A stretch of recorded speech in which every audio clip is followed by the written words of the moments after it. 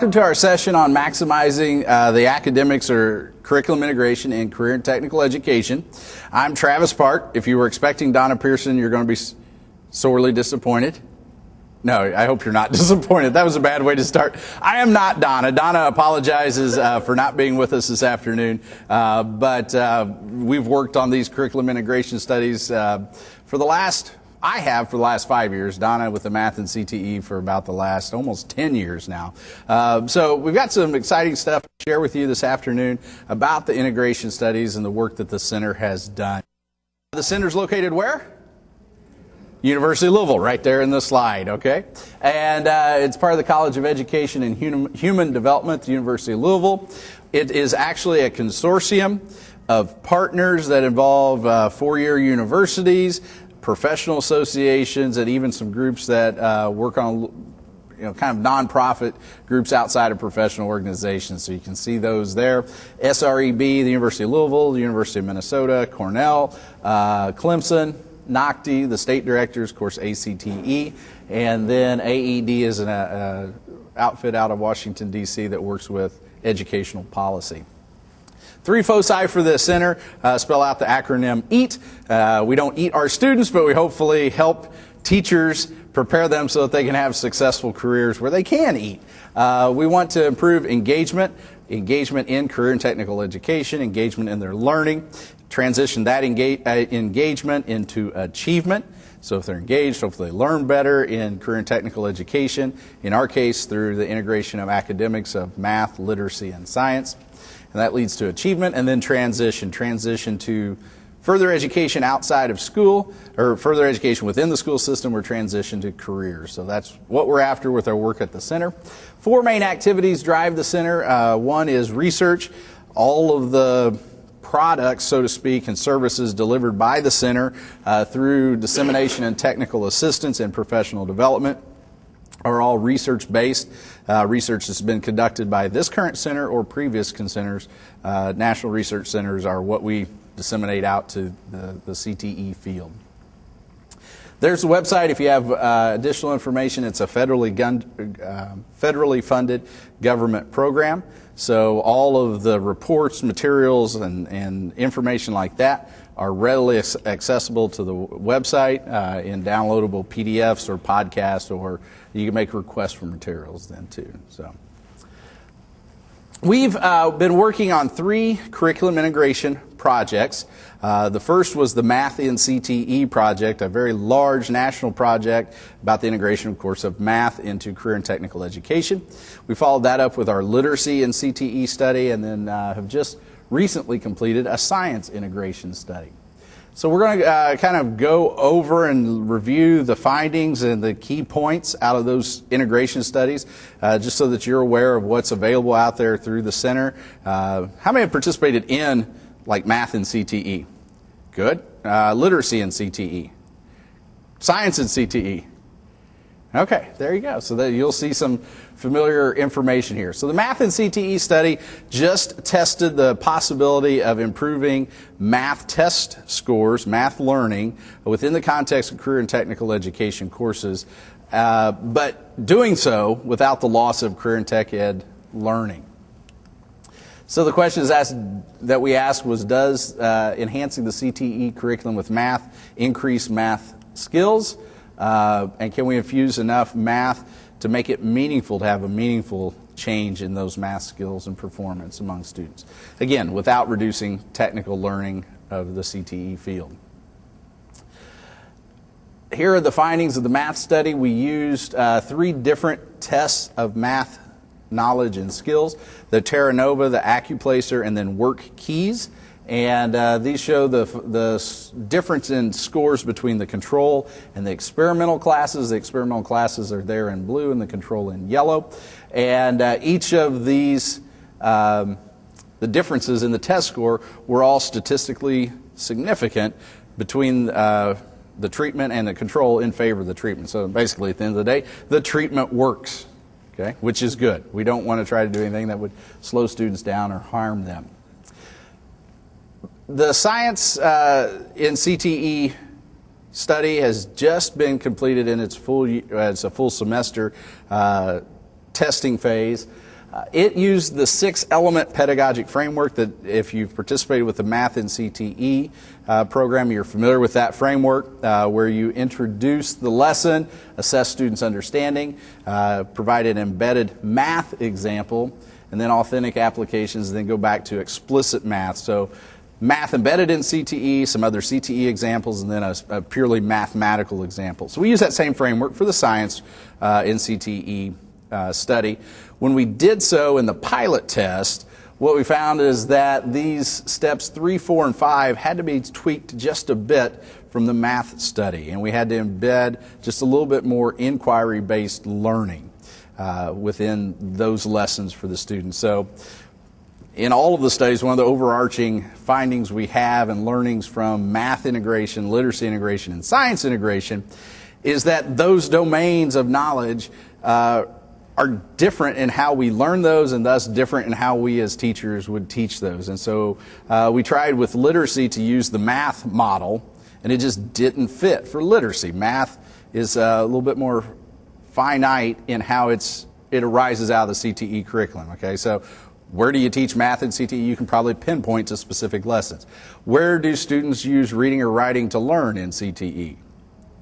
Oh, a lot. You know, this lady in the back shaking her, yeah. More frequently, right? Okay, and if we could find okay, go back to math, you say, okay, where's a math example? If we were trying to build something, right, we might use geometry or measurement, and so we can find those math skills. If we're still trying to build something, what reading skills do you need or writing skills do you need in order to build something? It's not quite as finite. We might use some comprehension, we might have to know vocabulary, we might have to ask some questions, we might have to summarize. So they're a little bit different. Same thing for science. It just as a cognitive domain is a little different in how we approach the integration of science versus math versus literacy. So these are some of the findings that drove us, in the field to really be concerned about science integration. We've added, increased, actually doubled, more than doubled, the science credit taking by high school students over the last 30 years, but at the same time had no change in test scores among our students. So students take more science, complete more science credits in the high school, but we're not seeing a gain in the scores. Why? Perhaps there's another way that we need to integrate science. Students still are confronted with problems like this. If an object's rolling downhill, does it continue to roll until it stops? Some of our students are streetwise enough to draw an elephant and say, no, it's not going to roll, there's an elephant in the way. Okay, how many have students like that? There you go. Okay. How many were students like that? Yeah. Thank you, sir. Okay. So the Science-in-CTE study was an adaptation of the Math-in-CTE study. Wanted to see if we could improve science scores while not losing any of the career and tech ed focus. So we used random assignment of teachers to experimental and control groups. So it was a true experimental design. We had 2 replications, one in agriculture and one in health science in 2 separate states. So all the agriculture was in one state, all the health science was in another. We implemented over the course of one semester. It happened to be the spring of 2011. Excuse me, 2011. This is not made up data. We're not projecting what's going to happen in the future. Spring of 2011, my apologies. It was mixed methods, so we gathered quantitative data and then we followed up with qualitative focus groups, interviews, gathered some evidence and artifacts of student learning. Again, like the other studies, wanted to focus on the naturally occurring embedded science in the curriculum. We did not really want to change these teachers into, from health occupation teachers or health science teachers into biology teachers. Though in health sciences, there's a lot of biology, okay? And then we focused on fidelity treatment to ensure that the teachers were using the lessons and the curriculum that they designed as they were intended. Here's a graphic of the research design. We pre-tested our students on common assessments of science knowledge, implemented the treatment, and then conducted post-tests at the end of that semester. Control group, in all cases, across all 3 studies, we simply asked teachers to teach like they normally did. Not to integrate any science, if they were in the science study, more than what they normally do in their classroom, and the same thing for reading and math. The professional development for Science and CTE was actually 6 days over the course of the semester, a couple days in December prior to the start of the semester, a couple more days January, and then a couple of days in early spring. And teachers developed lessons, they mapped their curriculum. There was some peer teaching of those lessons to their teachers to get some feedback from other CTE teachers, but then also other science teachers as well. And then say we use the 6 elements framework, which there it is again. As we said a minute ago, we were really concerned about fidelity of treatment, so we pre-tested and post-tested with surveys. The teachers, they had to report about their lesson prior to teaching it, and then after the lesson, science teachers had to do the same thing just to verify that the CTE teachers were doing what they said. Additionally, we had over 1,400 students involved in the study. A few of the teachers had to be dropped just because of sometimes it's illness, sometimes it's teachers moving school districts, additional responsibilities of the teachers. So we ended up with just under 1,400 students at the end. Lots of language up there. Preliminary analyses, and math was pretty easy to determine whether or not there was an effect. Literacy, likewise, fairly easy to determine effect. What we found here in science is that our pre-pilot test findings and then these year-long findings are much more challenging. In the pilot test, overall there was no difference in test scores among all of the students. So once you find no difference, if you suspect based on theory and what the teachers tell us that they could feel a difference and saw a difference in how their students were learning, you go back and look at the data in some other ways from some other angles. So then on the pilot test, we looked at the data in quartiles, the students in the lowest quartile, the 2 middle quartiles, the high quartile. In the pilot phase, the students in the treatment group in the lowest quartile, their scores declined on the science exam. The students in the middle stayed the same, no change. The students at the upper quartile, so the smarter, brighter, more scientifically gifted students, if you will, their scores increased significantly. So basically the double dosing helped the kids who already had an advantage for whatever reason in science, and then the lower quartile students, that double dose didn't help them, actually appeared to hurt them a little bit. Their scores declined. Fast forward to the full year study, that data on the quartiles has not held up the same as it did in the pilot test. We're still looking at no effect over the course of the year based on the science integration at this time. So now, before everyone runs out and says, well, there's no effect, there may truly be no effect. That is one finding. But it also may be that we need to look at the science, some of the characteristics of our students or the classes to see if there is an effect for some students different from others. So that's what we're doing, is really ongoing analysis of the findings. Some of the things that we're just wondering about is with the embedded science, it's kind of, I don't say goofy. In the math study, students scored in the treatment group, they scored better on the math test when we looked at item analysis, so individual questions. If they were taught, if they were reinforced like arithmetic, let's say, they scored better on the arithmetic problems in the math test. But they also scored higher on geometric problems on the math test. So there was a spillover effect in the math test. Okay, so there's something else going on within the test that if students learned a little bit of math here, for whatever reasons, perhaps they felt more confident, they also performed better on some of the other pieces of math that they weren't taught in their CTE course. So in science, we have to wonder the same thing. Is the test measuring what it's intended to measure? We're not seeing a spillover effect, but are we measuring what we hope to measure within science? Does that make any sense?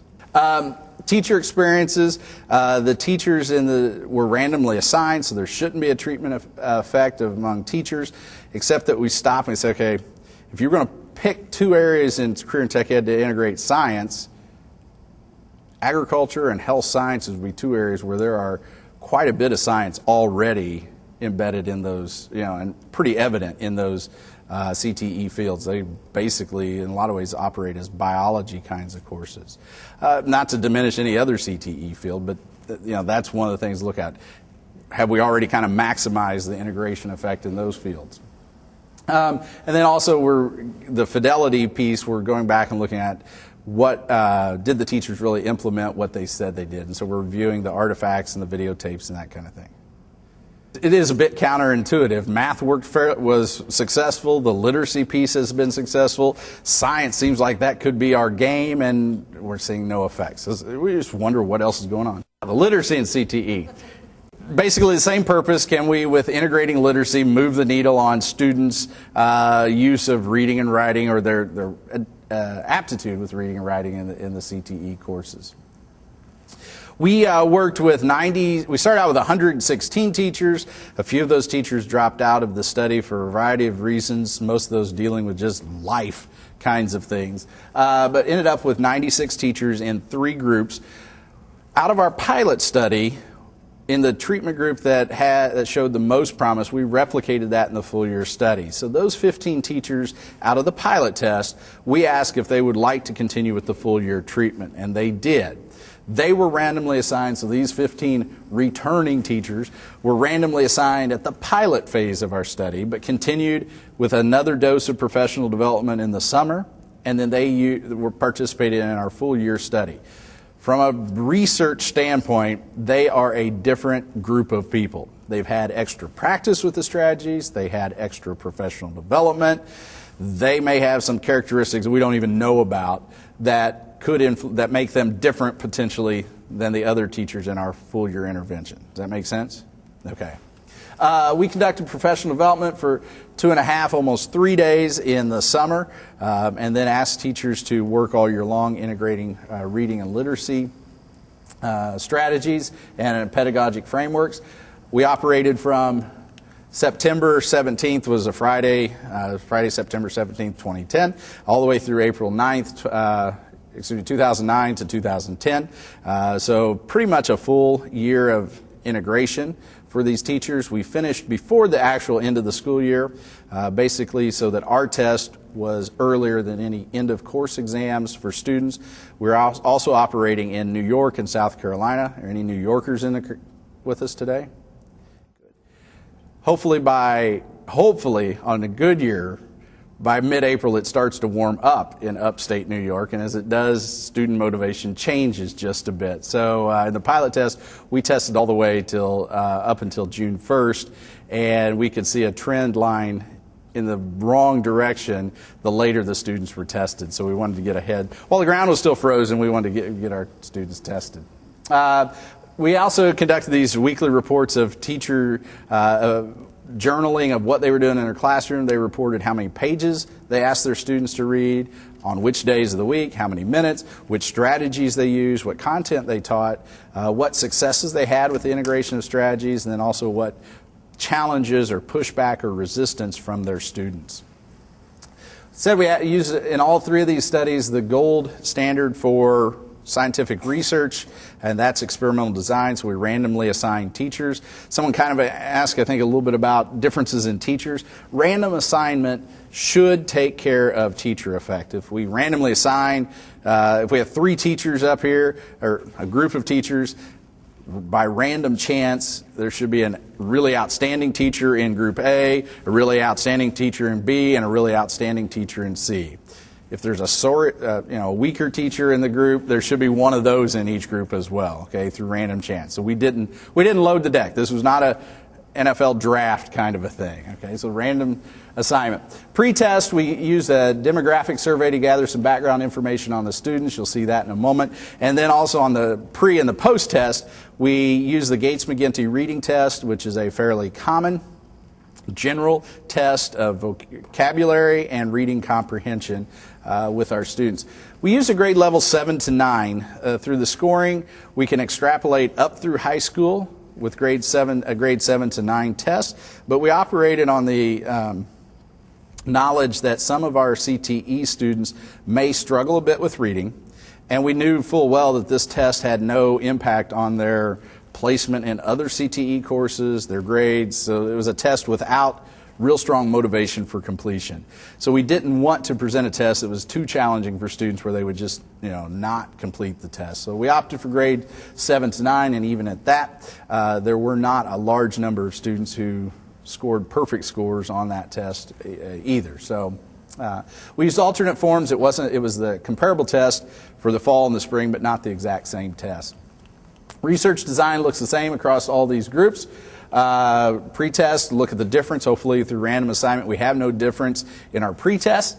Then we implement the treatment. Then on the post-test, we test our students again and see if there's any difference on the post-test. And so what we had was our 96 teachers evenly distributed across the 3 main groups, Max, Ash, and Control, and then the Max Year 2, slightly smaller because we had a smaller pilot grouping of students.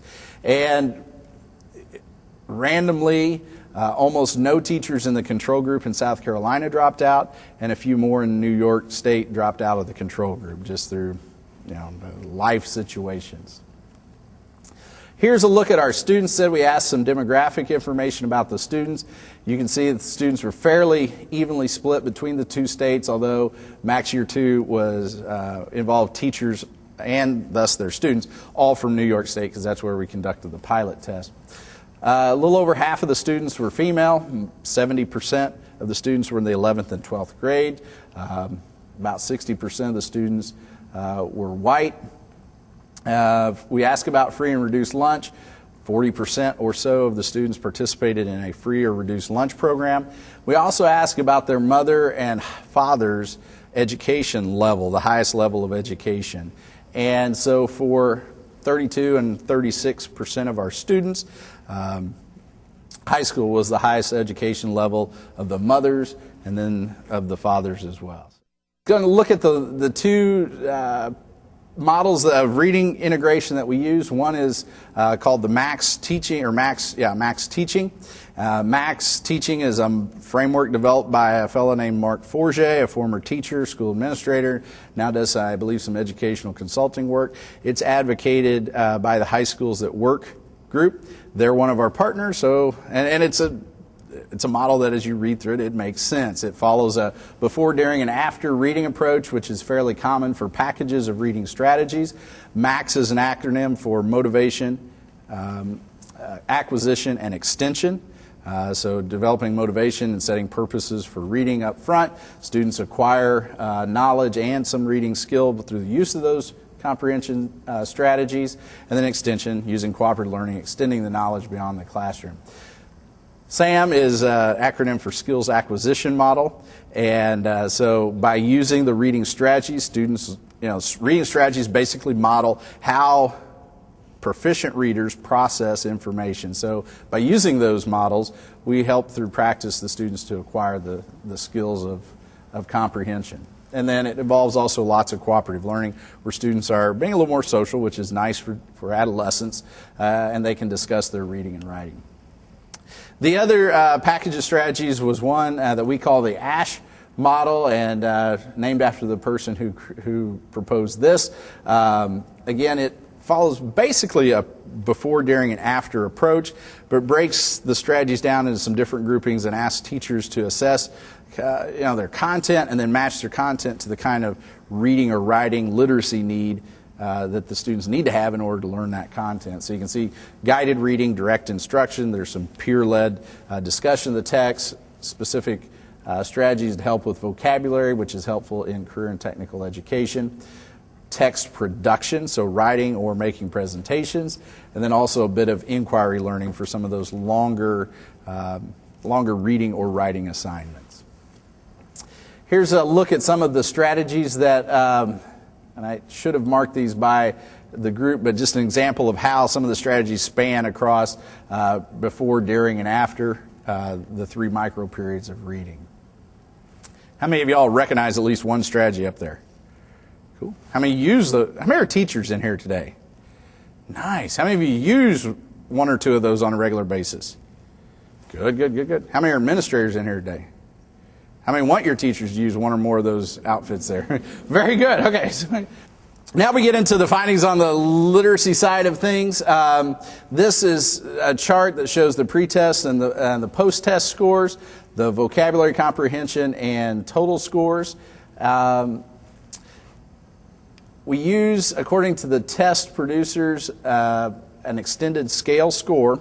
So we normalize the students' scores compared to their peers based on the grade level of the student, the time of the year when the test is completed, and then their score on the test. So a student who scores 554.48 in September, if he or she is progressing at a normal rate compared to his or her peers, then in April, that student should score 554.48. Okay? So the score should stay consistent over the course of the year. We did see differences, though. The red indicates a drop in scores. Green boxes indicate an increase in scores for the different groups. I also listed here the mean raw score for vocabulary and comprehension on the pre and the post test. Vocabulary is out of a possible 45 points, and comprehension is out of a possible 48 points. So to give you a frame of reference, that's not normalized based on grade or anything else. That's just their raw score, but it makes more sense for those of us who are teachers then. The asterisks indicate where there's a significant difference between the pre and the post test.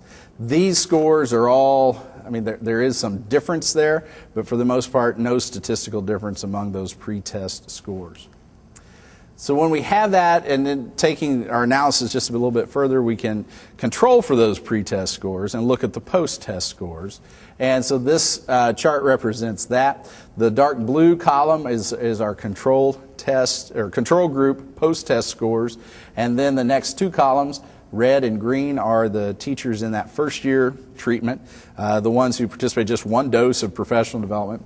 Then the orangish colored column is the scores of students whose teachers, now the students didn't repeat, they didn't get a double dose of literacy strategies. It was their teachers that got the double dose of professional development and about 3 months extra practice using the literacy strategies.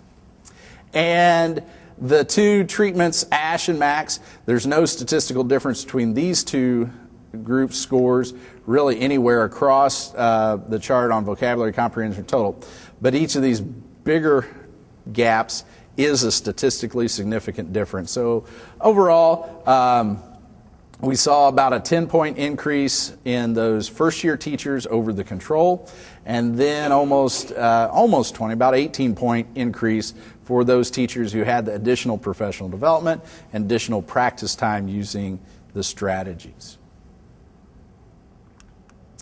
Which strategies did teachers use? You can see different strategies, and these are listed by frequency. The most frequent strategies at the top of the list, less frequent strategies at the bottom of the list. There was a little bit of overlap between the two packages of strategies, and you can see, for example, the ASH group used anticipation guides most in their group. That was the most frequent strategy used. On the other hand, in MAX, teachers selected about 7 other strategies more frequently than they did the anticipation guides. I do teach at Cornell, but do not get any royalties for throwing Cornell's name on Cornell Notes. Does anyone use Cornell note-taking as a method? One of the, I've kind of heard about Cornell note-taking for a number of years going back to high school. Never really employed it as a study learning strategy. But our teachers, and especially the students, when we conducted focus groups after the study, commented repeatedly about Cornell Notes and how effective and useful they were for students learning, and then also there was some utility value. It made learning, studying for quizzes and tests easier for students. So if there were a place to start, and if I were getting a royalty, I'd tell you to use Cornell Notes if you wanted a place kind of to start. Some of these strategies, like anticipation guides, they require lots of preparation and planning on the teacher's part to design some questions and set the activities up. Others, like previewing nonfiction text, and especially pre-post learning concept checks, require virtually almost no preparation on the teacher's part. And the teacher's got to think about it, but I I could walk in as a substitute, and if this were a class of culinary arts teachers, if I had a clue about the lesson and could look at a lesson or a chapter in the book and look at some key vocabulary, give me the 3 to 5 minute passing period, and I could at least get the class started with a pre-post learning concept check.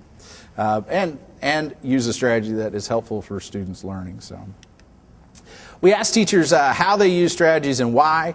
I have not shown the data up here today, but if teachers, if on a scale of 1 to 10, 10 being most frequent, teachers use strategies at like a 9 or 10 on Mondays, a 6 or 7 on Tuesdays, a 5 or 4 on Wednesdays. By Friday, they were using no strategies and no reading. So early in the week is when our CTE teachers asked students to read and write. By the end of the week, very little was actually going on with reading and writing. Lots going on in their classes.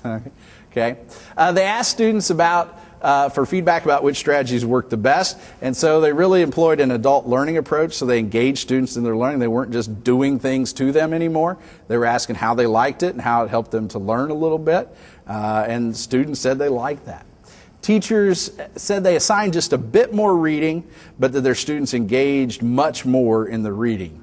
Teachers told us one of their biggest challenges early on in the year was that they had to get out of the mode of doing what I'm doing, standing in front and teaching, and work a little more alongside of the students. The students had to take more responsibility for their learning. So that was one of their challenges. They selected strategies that were easy to implement and that helped students learn. They really, as I said, transitioned responsibility for learning over to the students. Teachers said they actually taught less standing front and center. In the Math-in-CTE model, CTE teachers work with a math teacher to highlight the math that's in the curriculum and then design, I'm going to say 15 to 25 lessons that are math enhanced that they'll teach over the course of the year. Again, math is a little more finite to determine where that arises in the curriculum. The other side of things, with literacy is it's more frequently used because students may read and write almost every day, except Fridays. But then also, so it's more frequent. And the math side changes the curriculum and the teaching pedagogy a bit. On the literacy side, we adapt lessons, but I think what we really change more is the teaching practice or the pedagogy there. And so we didn't just highlight the 15 or 20 lessons. Teachers develop lessons in the professional development so that they have those models ready to teach on, let's say, Monday morning, but where they might implement Cornell Notes once.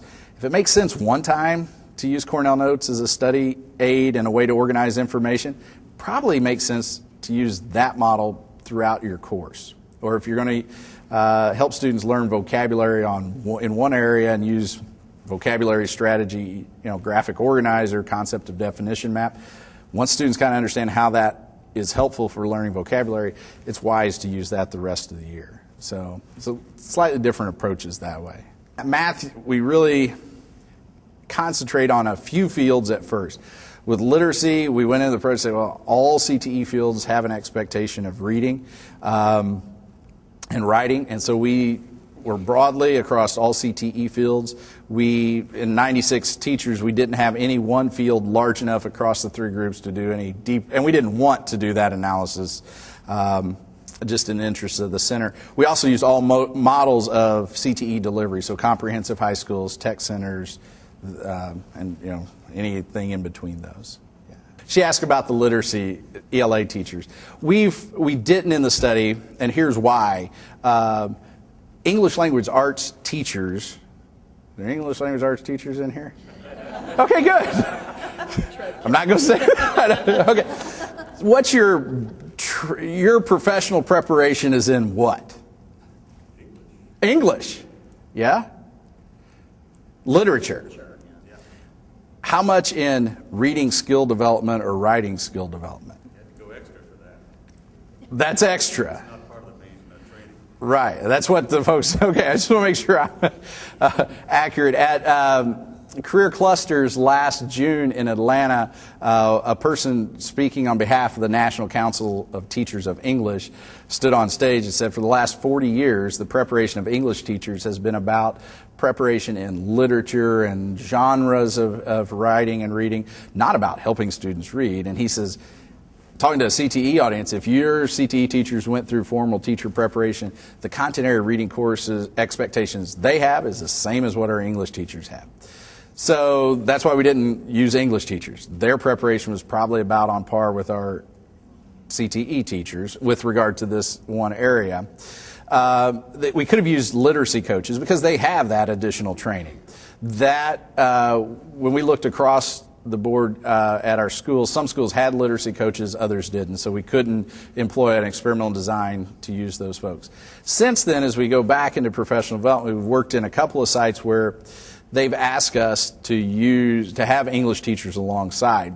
The huge benefit to that is that now the English teachers get a glimpse of what the CTE teachers ask their students to read, to write, and the challenges they have. Some of those English teachers have been wonderful partners. Some of them have reinforced CTE teachers' stereotypes of English teachers. Okay?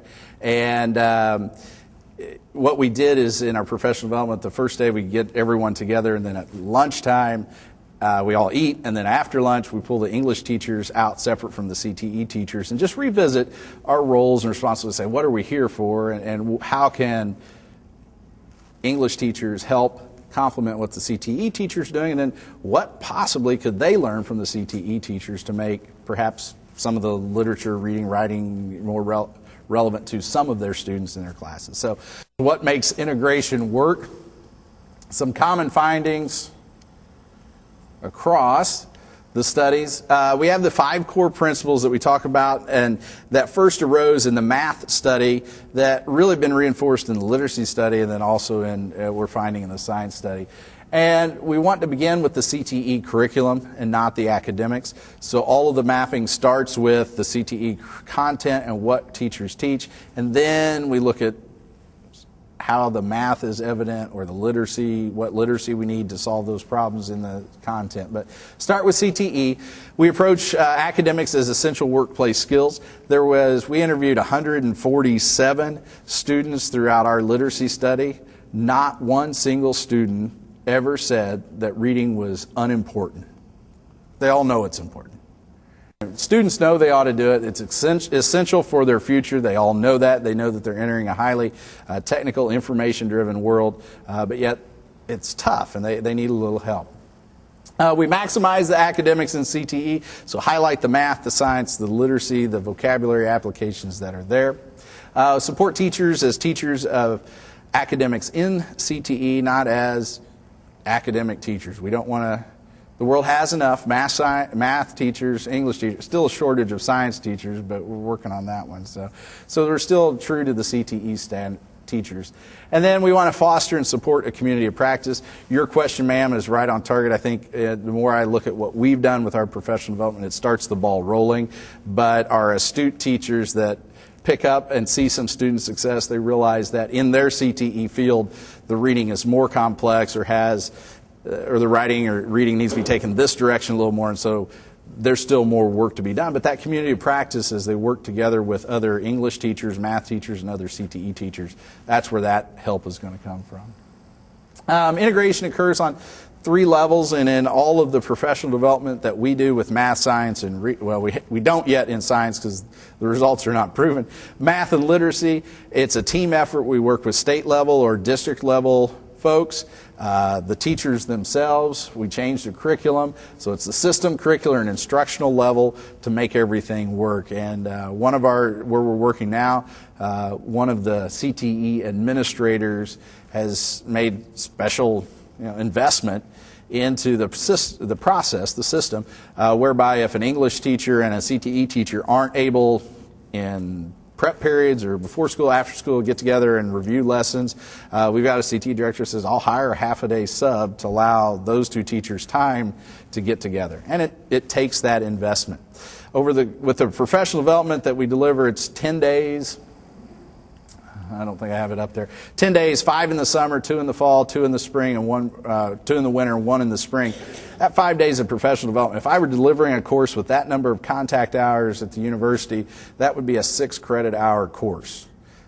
So it's very intensive, focused only on math or literacy.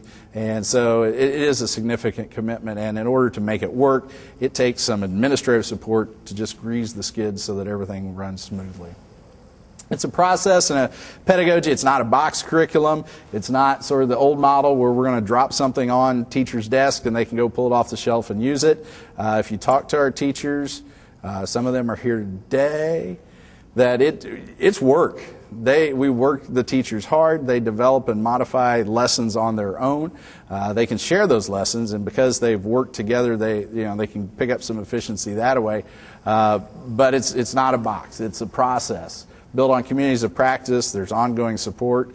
Out in Oregon, they've developed a Moodle site where the teachers can upload lessons, so can look at each other's lessons, but then also collaborate and communicate, which is fantastic.